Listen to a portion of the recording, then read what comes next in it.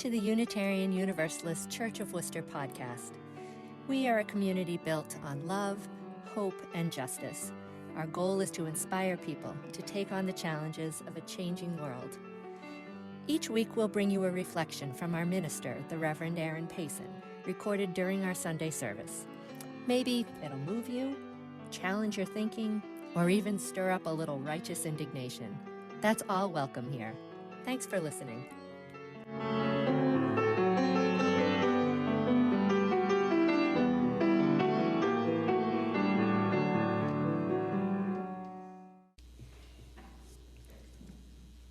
So people ask, why do ministers write their sermons on Sunday morning? Because Saturday night happens. But that's not the case this week. The sermon was well done before last night. And I awoke this morning to news that just confirmed what I was preaching about anyway, so what the hell? What we experienced again last night, I think, is a prime example of what I want to talk about today. And that is how we are all caught up in the grip of modernity and all that it manifests, both in our own lives and in the world that we share. I've been thinking a lot lately about the poem that emerged from me at the end of a sermon last month on the second half of the Wicked movie. You know, Stewardship Sunday? You know Stewardship Sunday, don't you, Dave? Right. And Dave has some news to share today that we will wait for during the offertory. But that poem at the end of the sermon, a house falls and someone calls it justice. A child cries and someone calls it noise. The sky is full of reasons. The ground is full of bodies, and the story keeps choosing its villains. Somewhere, a green-skinned girl is trying to tell the truth over the roar of the wind. But the wind is busy carrying another banner, another order, another name for necessary. Still, she stands in the wreckage, hands open, asking the only question the story fears. Who taught you to call this safety? I really don't know where this question came from, except that it has echoed in me in many forms. Like many of you who have encountered your bewildered selves trying to make sense of a world that we thought we understood and rationalized the turn of the tide on so many shorelines of our individual and communal existence. I, too, have been met with strong emotions. I, too, have felt disheartened, enraged, and at times exhausted by the onslaught of what I previously thought was virtually impossible. But there has been this recurring experience when in the depths of my own despair, I can hear different refrains of this same question. Who told you? 25 years ago, it came in the form of an awareness and an awakening, hearing many describe the events of 9/11 as the worst act of terrorism our country has ever experienced, and hearing the response from those whose bodies and lives bear the scars of centuries of colonial violence.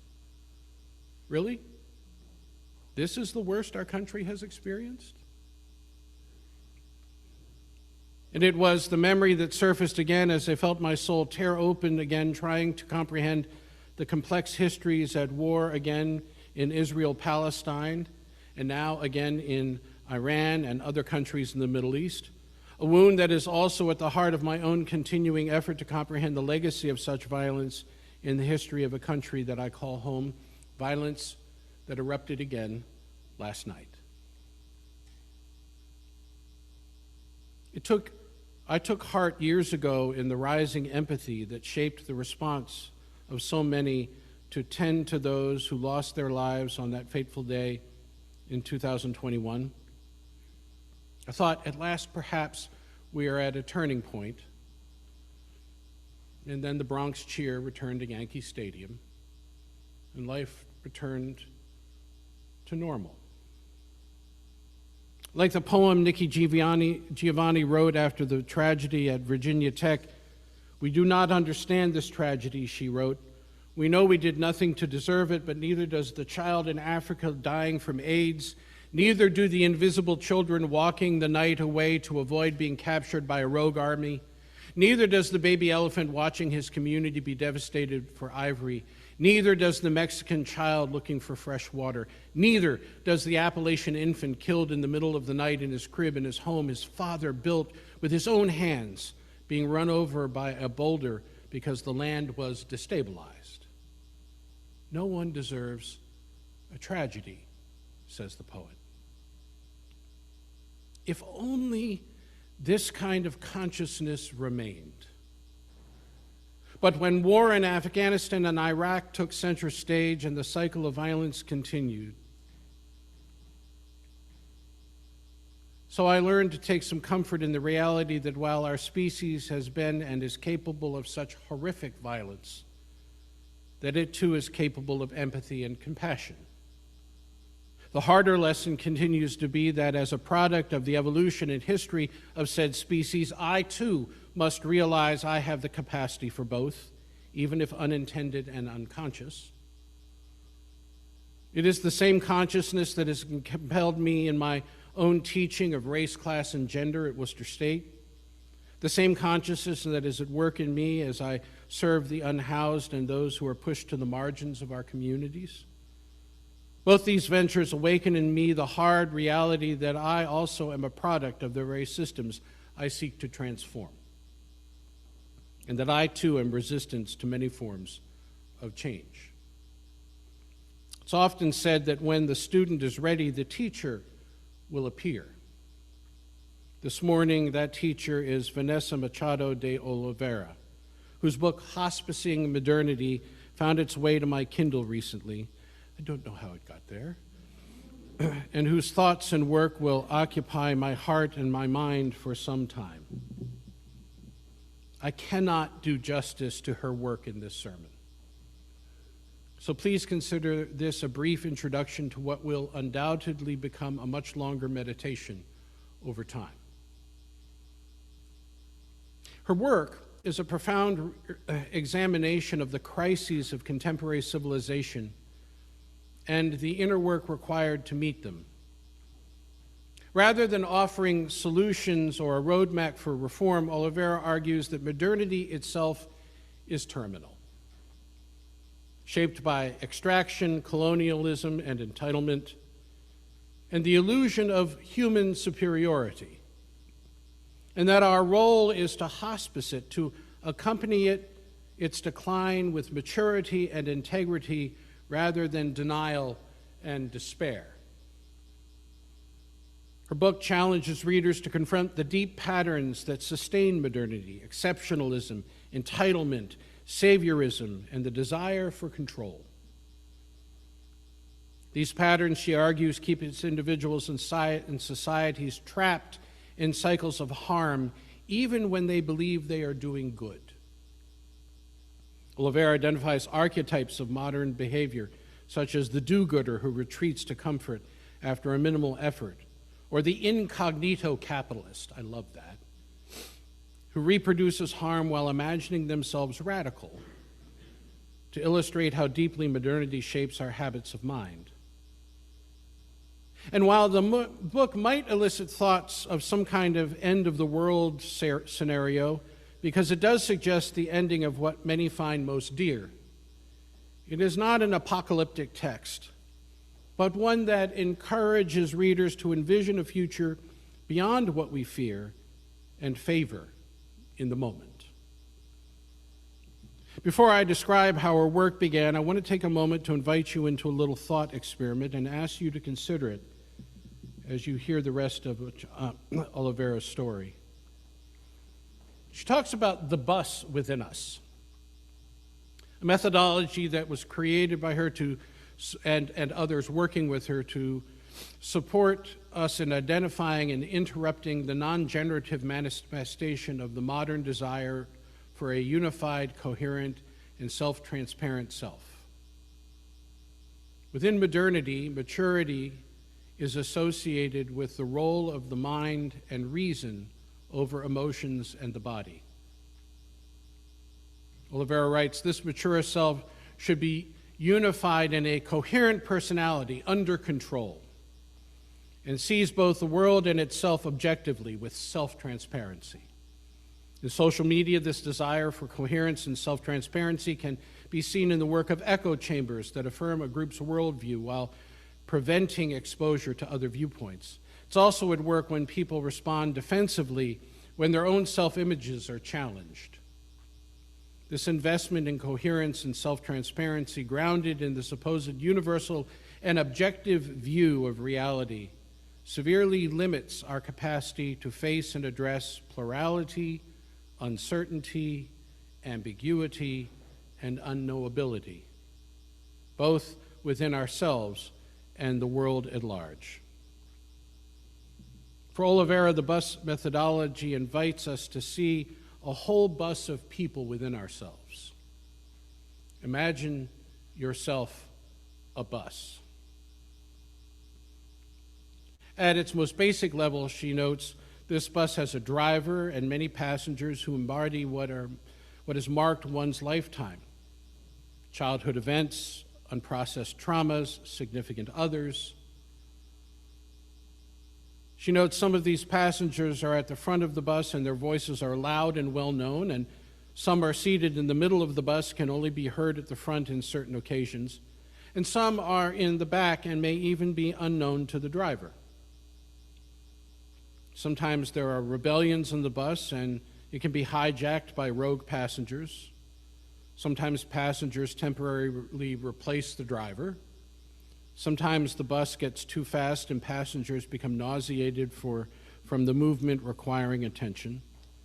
The basic premise of this methodology is that if we cannot hold space for the complexities within ourselves, there is no chance for us to hold space for the complexities around us.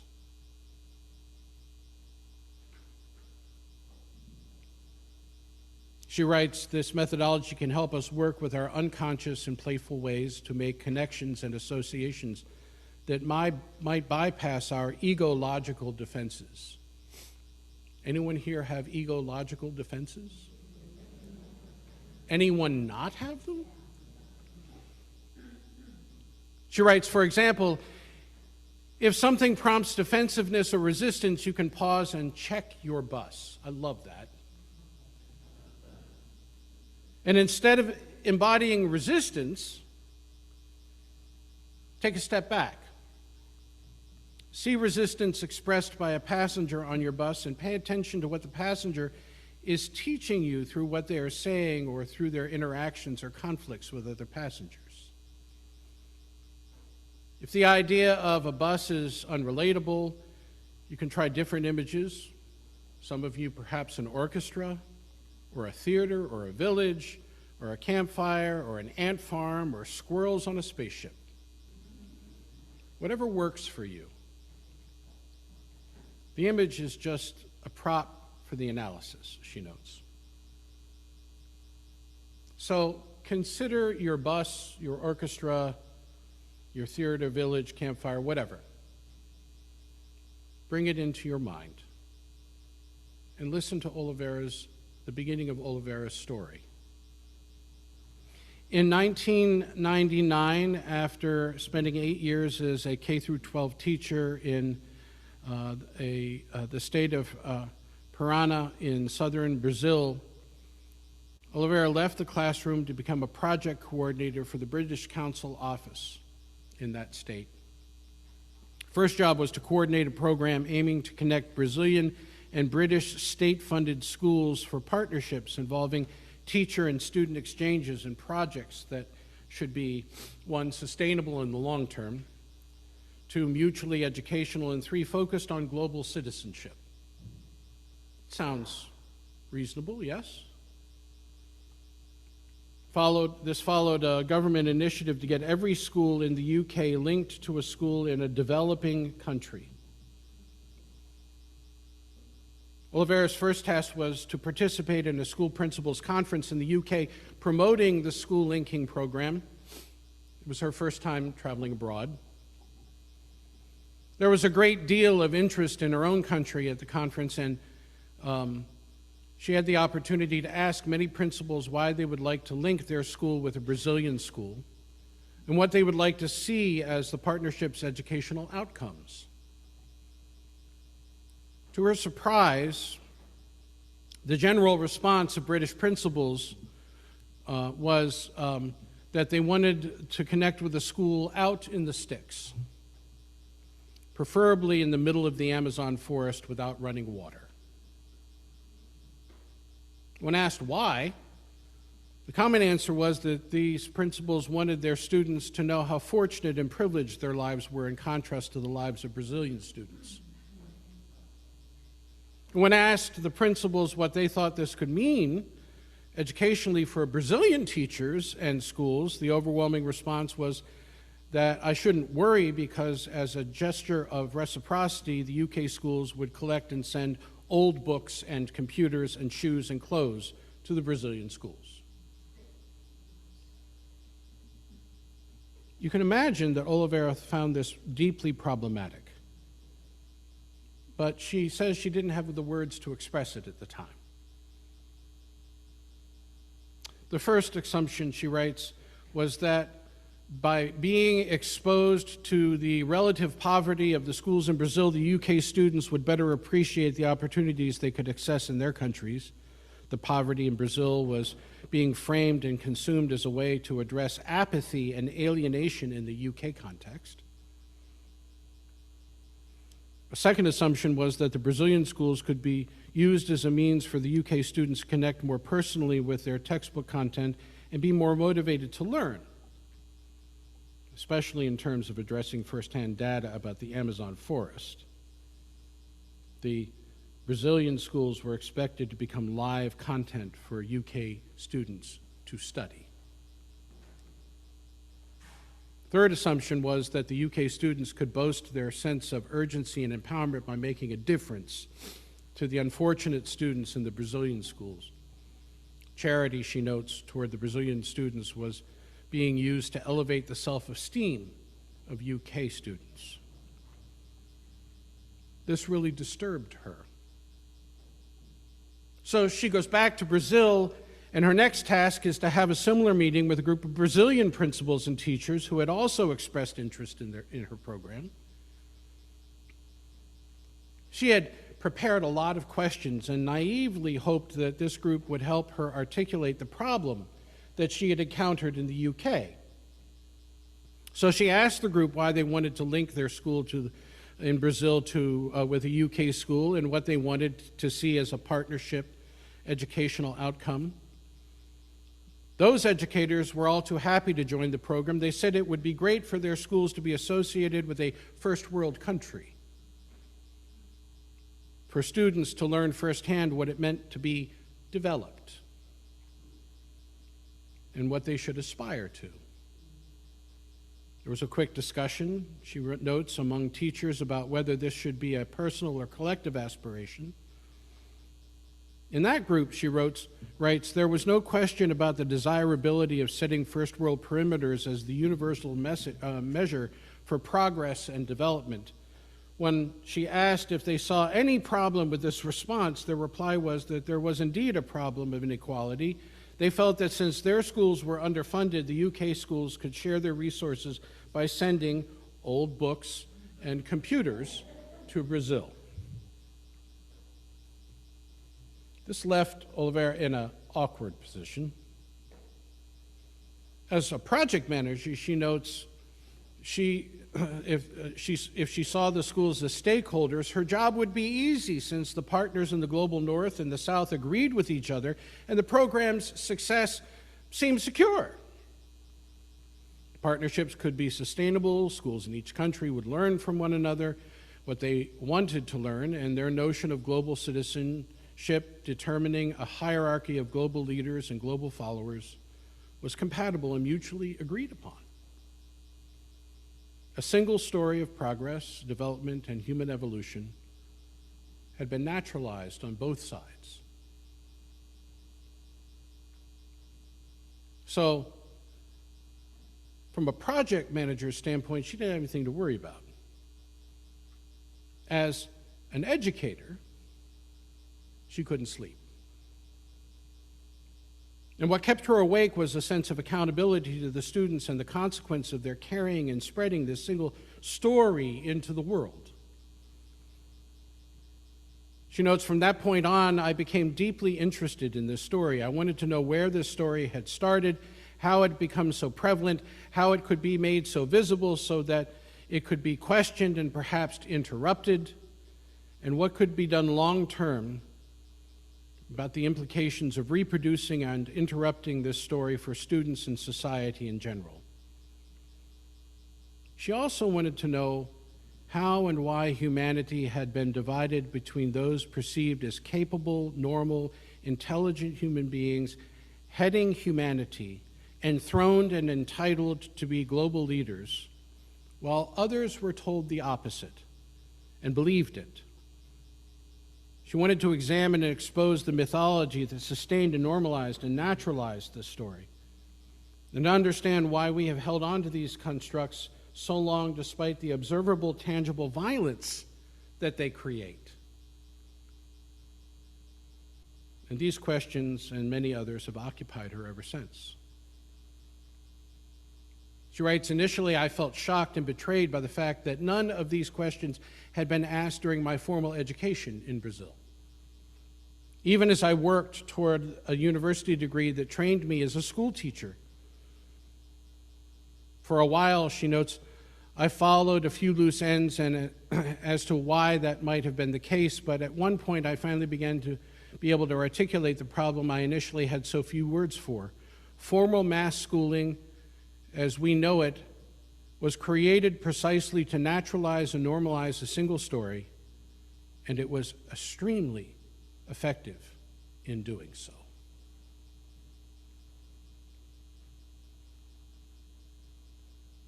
Take a moment to check your bus. As you heard this, what arose in you? What emotions surfaced? What thoughts emerged as you listened? What experiences in your own life surfaced? See, the first important step in the process, and all we are able to accomplish this morning, is to learn to sit and observe what is going on within us as we experience these narratives. I'd suggest that it is also a good way to approach almost any experience these days. What surfaced in you when you heard the news last night? What thoughts? What experiences? Ultimately, I think such an exercise also opens us up to the reality that as much as many of us feel energized to change and transform those realities that we find most problematic, we also must admit that we are a product of those realities, and that our own internal state and motivations are also a product of these same realities. In order to accomplish something different, we must begin with such acknowledgement and then make a conscious choice about how we are going to be different. What that looks like is the stuff of another sermon. Ultimately, it is the stuff of our own courageous, creative responses and our capacity to open ourselves to the same in those around us. We stand at the bedside of a world that taught us to hurry and conquer, to know. Now it asks us for something different, a quieter kind of courage, a slower kind of truth, to sit with what is dying without turning away, to feel the weight of our own inheritance without collapsing beneath it, to listen for the wisdom that only grief can teach. Here in this tender threshold, we learn to unclench our hands, to release the stories that shaped us, to make room for the ones that might yet heal us. May we walk gently with what is ending and open our hearts to what is trying desperately to begin.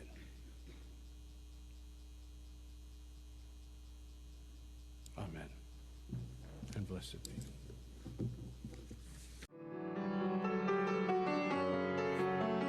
Thanks for tuning in. If you're just crossing our path, either new to this congregation or curious about Unitarian Universalism, check out our website, uucworcester.org. You'll find lots of information there about our beliefs, the 8 guiding principles, religious exploration for children and adults, our social action initiatives, and the many groups we offer to help people connect and have fun. And consider joining us in person or online on a Sunday morning at 10 a.m. We'd love to meet you.